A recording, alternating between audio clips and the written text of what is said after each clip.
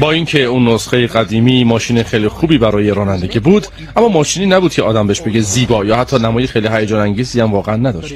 ولی خب جایگزینش اصلا یه داستان دیگه است.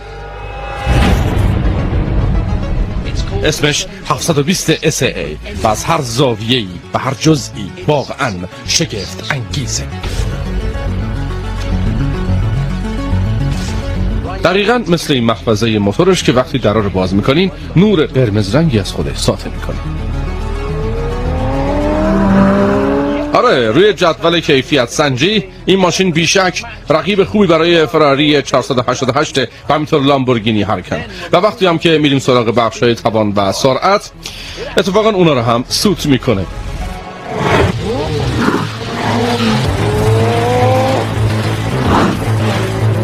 صفر تا 60 فقط تو 2.8 ثانیه میره. حتی اکثر سرعتش هم 212 مایل بر ساعت.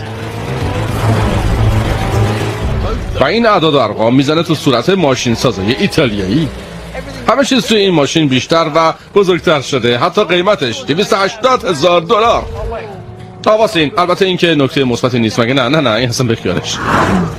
اصلا بخورش هم که دیگه واقعا مسخره است، نگو نپرس. این V8 4 لیتری با تو این توربوهاش 710 تا تولید میکنه. عالیه، بی‌نظیره.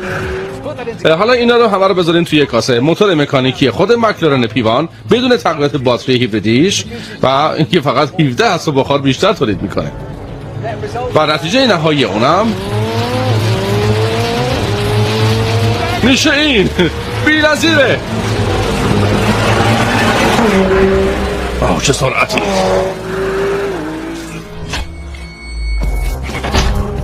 البته با اینکه تو طراحی و ساخت موتور ترکوندن شکی نیست، اما هنوزم یه مکلارن 720.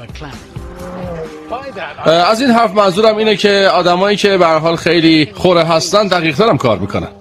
بذارین اینطوری بگم، در واقع میدونین این ماشین همونطور که گفتم جایگزین مکلارن 650S. اگه از یکی از کارشناسان فنی مکلارن بپرسین بهتون میگه که 91% درست کار کرده. نه، تقریبا همش درسته رفیق، یا تقریبا 90%ش. 91%. بله. جیمز می رفت درخواست کار برای شرکت مکلارن داد، بعد به دلیل بی‌عرضگی و بی‌دقتی زیاد ردش کردن و این خورگی بی حد و حسشون بدجوری هم جواب داده. برای مثال یکی از دلایلی که 720 اینقدر خوشگله اینه که تنها ابرخودروی موتور وسطیه که در واقع شکاف‌های ورودی بزرگ پشت دراشو نداره. به جاش مکلارن کانال‌های ظریفی دقیقاً روی بدنه ماشین داره تا به محفظه موتور هوا برسونه.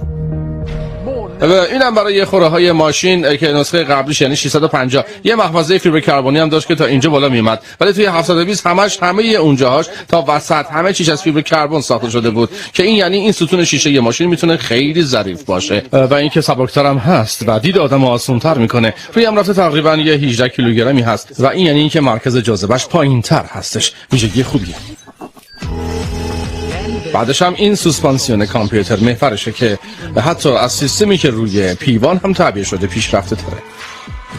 این سیستم سواری این ابرخودروی سرسخت و 700 اسب بخاری رو به راحتی نشستن روی صندلی میکنه.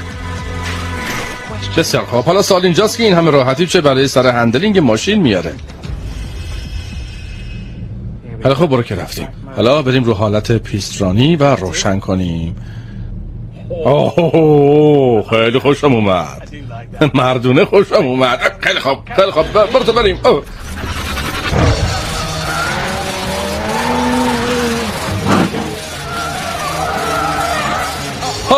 خدای من،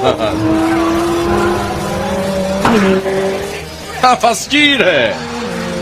سیستم کنترل شاسی جدیدی که روش گذاشتن بر اساس کارهای خرخونه دانشگاه کمبریجه.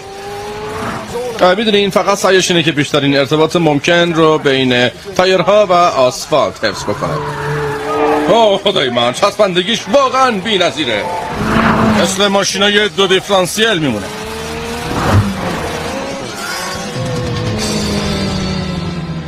ولی اگه واقعا میخواین با اوضاع رنگ و لعاب بدین فقط برین سراغ کامپیوترها و در واقع این حالت کنترل دریفت متغیر رو انتخاب بکنین که یه زاویه چرخشی توی دریفتتون با تغییر دادن اندازه کنترل چسبندگیش میده. من که میگم تا ته بریم کلی دریفت میتونیم بکشیم و خیلی عالی میشه.